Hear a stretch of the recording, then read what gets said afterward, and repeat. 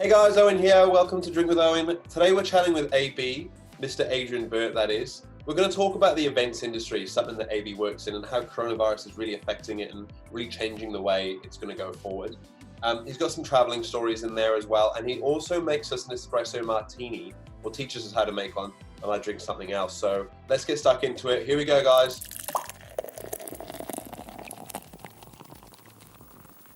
Hey Owen, how's it going? Hey Adrian, or AB, we'll go with AB for this. How you going, mate? Welcome to Drink with Owen. Thank you. It's a pleasure to be here. I'm excited. I like drinking with Owen. Well, we thought we'd better get you on. So for those of you playing at home, myself and AB have run an agency together and worked together. Yak Creative, got the top on here. Good to see you repping it as well. So let's get stuck into it. What are we drinking? It's a bit different today. What are we drinking today? Well, this evening, I thought we'd have a crack at an Espresso Martini. Owen, they're pretty popular at the moment, and given isolation, it's a nice cheap option as well when you do the math. I don't have all the ingredients, so I have, which we'll get to later. I've got this beautiful store-bought item, but we'll get you to explain how to make them quickly, so that other people can make it at home. So perfect. I'm excited to hear about that. I haven't seen that, the pre-made one. So I've got all the ingredients here, and obviously it's tough times, Owen. So nothing against Aldi, good, different. But we got our vodka from Aldi this time. We got it a few days ago, and it's been in the freezer. My wife is particularly enamoured with the potato-based spirit. So all we need, the biggest thing about espresso martinis, everyone just tries to complicate them, and you just don't have to, because they're so simple. And all you have to remember: vodka cold, Kahlua doesn't have to be cold, coffee. Now, I did this morning, cafetiere, or we're lucky enough to have a fresh grind espresso machine. Keep the coffee cold, because the ice, which is the most important ingredient, once you throw that in, if the coffee's hot, it's going to melt everything. It's going to be watery as shit. So all I'm going to do now, our cocktail shaker, Owen, I went to Adelaide late last year. I actually left my cocktail shaker in Adelaide thought we still had it. But so what we're using is, thanks to the good people at Grace Removals, we're using their little water bottle, which is usually my daughter's school water bottle. So that's okay. I'll rinse it out. So what we're going to do is start with a bit of ice. Excuse the noise. Stuck that in there. That ought to do it. Now, I'm going to make a couple here. So I'm going to start with the coffee. So I've got the cold coffee in there. One. Another one of those. Two. All you have to do, Owen, is just equal parts, man. Like equal parts everything. So vodka, Kahlua, and coffee, 3 ingredients, equal parts. Do you have to be strict on it? Like if you want it stronger, can you chuck a bit more vodka in, or will that ruin the mix? You absolutely can, but I suggest, because I know where the question's going. Oh, hang on. Oh, I think we've got a fresh Kahlua here. Oh, mate, should have pre-planned that bit. Oh, there we go. I like fresh ones. To answer your question, mate, I just stick with the 111 to start with, and you can go from there. As I said, as simple as pie. So that's all in. We're happy days. I'm hoping this works. It could explode and go absolutely everywhere. That'd be great. So the key is literally to shake the shit out of it. Should do. It's getting there. Making it now. Any technique there for the shaking, or is it just the classic shake? Pinky underneath, firm grip with 8 fingers, thumb on the top. That's all it is. I was only joking, but there is actually a thing. Okay, great. Now, I'm hoping this is going to work. So I reckon I'll put this down a little bit so you can see what's going on. Yeah. I reckon. Now, what we're looking for, mate, nice little drink. And we're going to want that foam to sort of build on the top there. So it'll start like a coffee, sort of brownie, and the foam slowly builds up. Make another little one here. Oh, shit, that is little. It's okay. That's the wife's then. That's the wife's. And then, of course, to finish off, 3 little coffee beans. If they float, you're on a winner. Is that a thing, or have we just made that up? No, that's 100% a thing. So if you check that out, they're all floating. Beautiful. All good, which means we're happy days. So that's the good wives. I've got the crappy ones. What is that? Anyway, thank you for that, and we'll have to actually try that properly. So I'll quickly make mine. So it's not sponsored. It's just $11. It gives 2.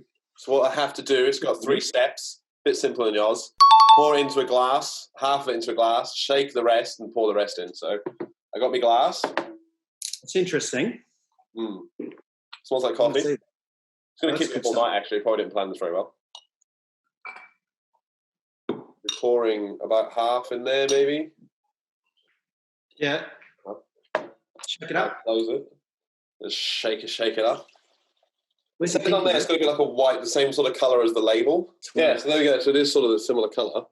So it was that colour. Yeah. Same as this. I haven't used it all because it's supposed to be 2 servings. So I've tried to sort of make 1.5. I don't have any coffee beans, but... Does it smell good? Let's have a little sip. All right, cheers. Happy days.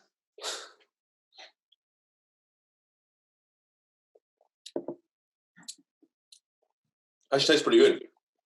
Yeah. I don't really have... They're always what someone's buying. You know when you're in the line at the pub and you're stuck behind someone and then they go, oh, can I have like 6 espresso martinis? And you're like, oh my God. There's a lot of stuff going on with the coronavirus and the lockdown. Myself and, with Yak, like we've lost a bit of businesses and stuff for like gyms and all that sort of stuff that have been shutting down. But you do some other work as well. So how has that sort of affected you with that additionally? Yeah, it's been tough for everybody. I think with the Yak stuff, it's really weird because, and we've been saying this to a lot of people and clients, is that now is when you would think it's time to double down on your digital and social stuff. Yeah. But obviously, if there's no cash flow, it's hard to do that. But I feel like the businesses that are doing it right now, that are smashing it with advertising, are going to be the ones that come out a lot cleaner on the other side. But with regards to your question about the other stuff, as you know, I'm in events. So I produce a bunch of events for Peter Jones Special Events Company here in Melbourne. And we're talking events like Grand Final Parade, AFL Grand Final Entertainment, big gala dinners, Australia Day, Melbourne Cup pre-race parade, all that sort of thing. So there's nothing. Yeah, right. There's nothing. It's tough because, a lot of businesses rely on their events to fundraise or to increase budget and get their hands on money. So a lot of charities like the Alana Madeline Foundation, those sorts of guys, and they just can't do it right now. It's going to be hard enough to find people to donate any day of the year, let alone when everyone's a bit tight. So, it's been really tough. A lot of people are talking about, which is where our worlds could sort of collide a little bit with online events or virtual or digital events. But I think people have to really think through that as well, because they're saying, we'll do grand final entertainment or something like that digitally or studio based. I'm like, yeah, but the bands still need to stand next to each other. Or sure. So there's all these complications that I think everyone's sort of saying that the events industry will come back like that when the time's right. I just don't think it will, mate. Yeah, so how do you sort of see it happening? Like, it is a weird one. I know one company that comes to mind for mine is it Harry the Hirer? Is that right?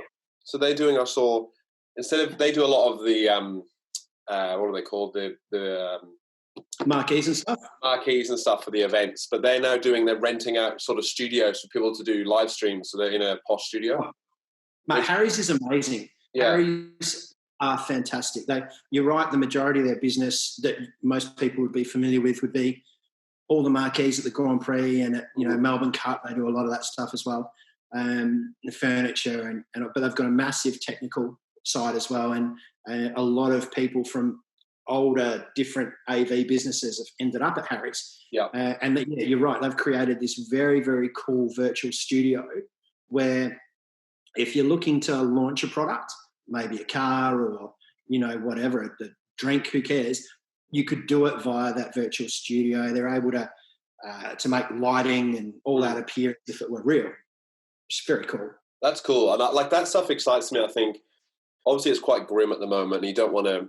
It's a difficult situation because if you're a business, you don't want to be seen to sort of be like profiteering off a terrible situation. But a lot of businesses are going to go under, but there are so many opportunities, I guess, for businesses to rise from this. To take some space that might be cleared out by others. And I guess it's trying to how do you position yourself so you're ready to go as soon as things go back up, but without going too early? But it will be really interesting to see sort of how any businesses do that.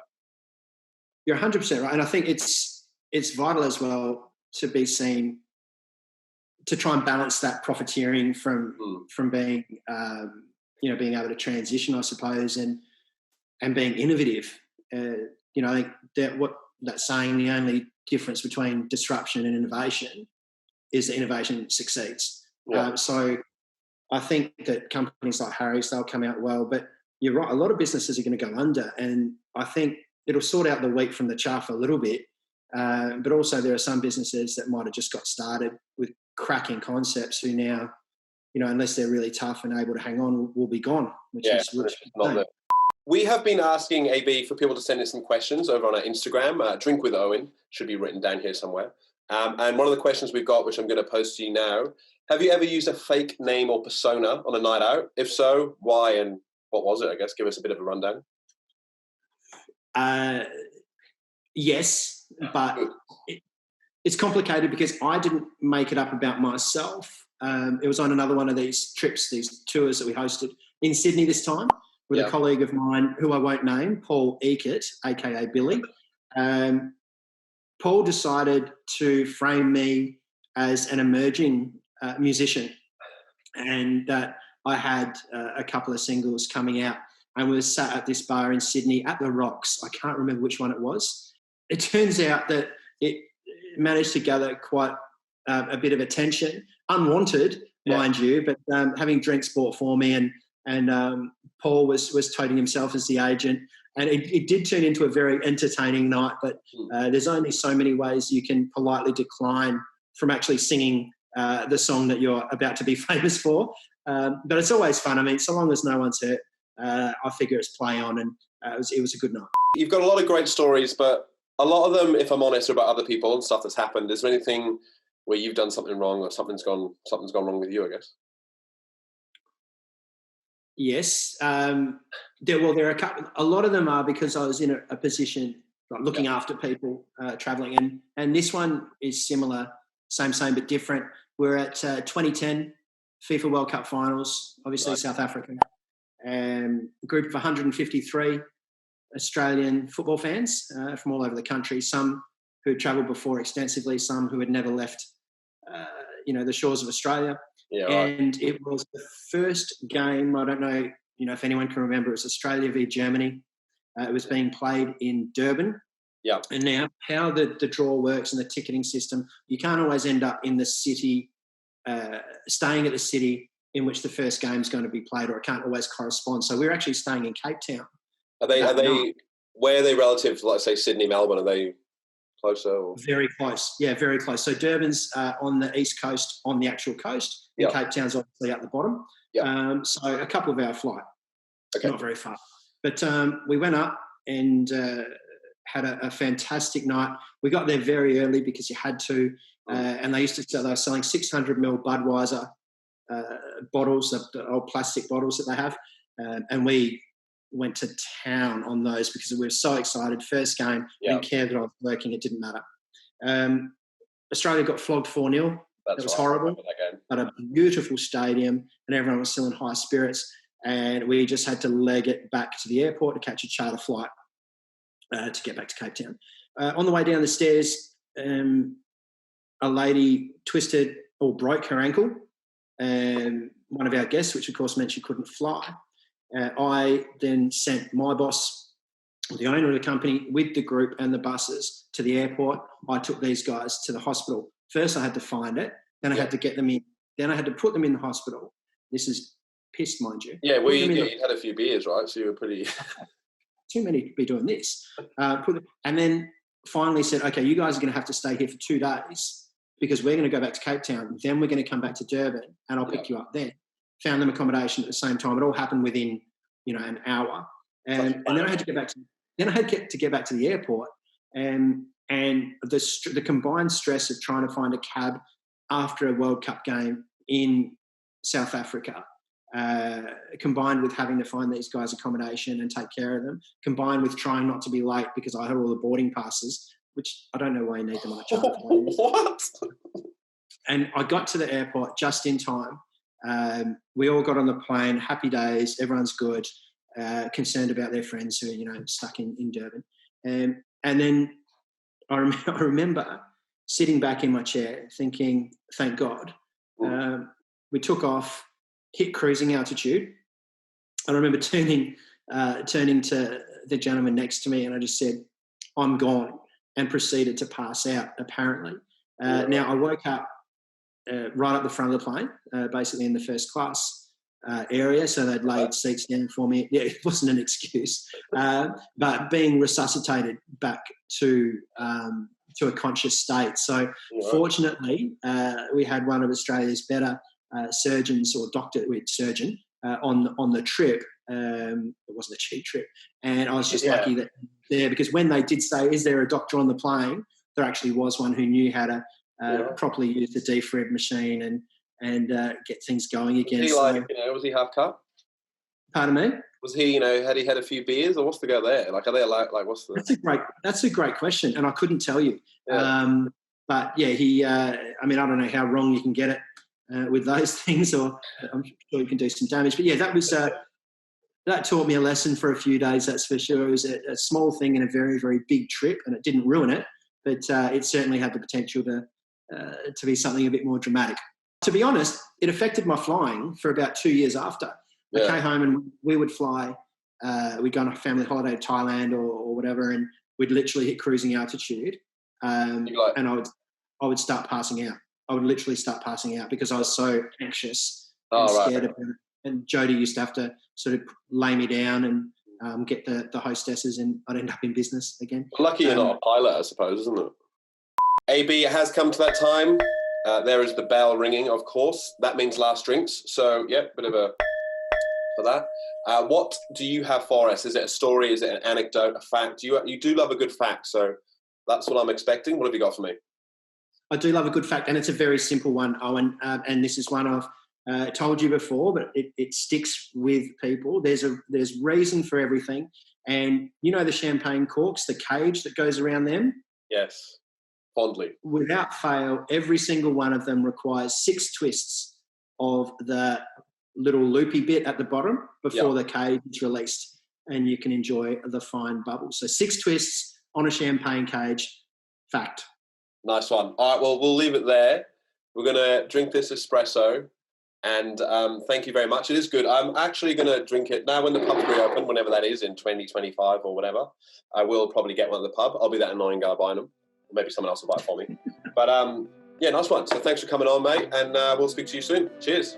Thanks for having me, mate. Take care. Bye for now. Bye.